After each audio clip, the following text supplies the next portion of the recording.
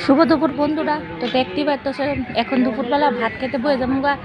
মা রান্না করছে শুটকি ভর্তা আর কাঁচা কলা আলু দিয়ে মাছের ঝোল, রুই মাছ। লাল একদম শুটকি ভর্তা দিয়ে ভাত।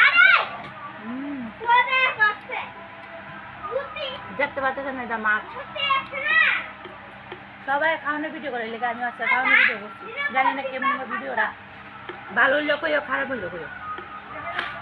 এই যে কাঁচা কলা দিয়া আলু দিয়া মাছের ঝোল আর শুটকি ভর্তা ভাত।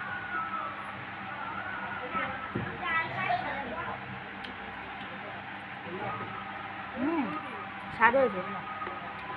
এটা একদম লাল লাল শুটকি ভর্তা বানাবা। আমি তো লাল লাল মারাতে শুটকি ভর্তা একদম রসুন আস্তে আস্তে দিয়ে খাইতে ভালো লাগে।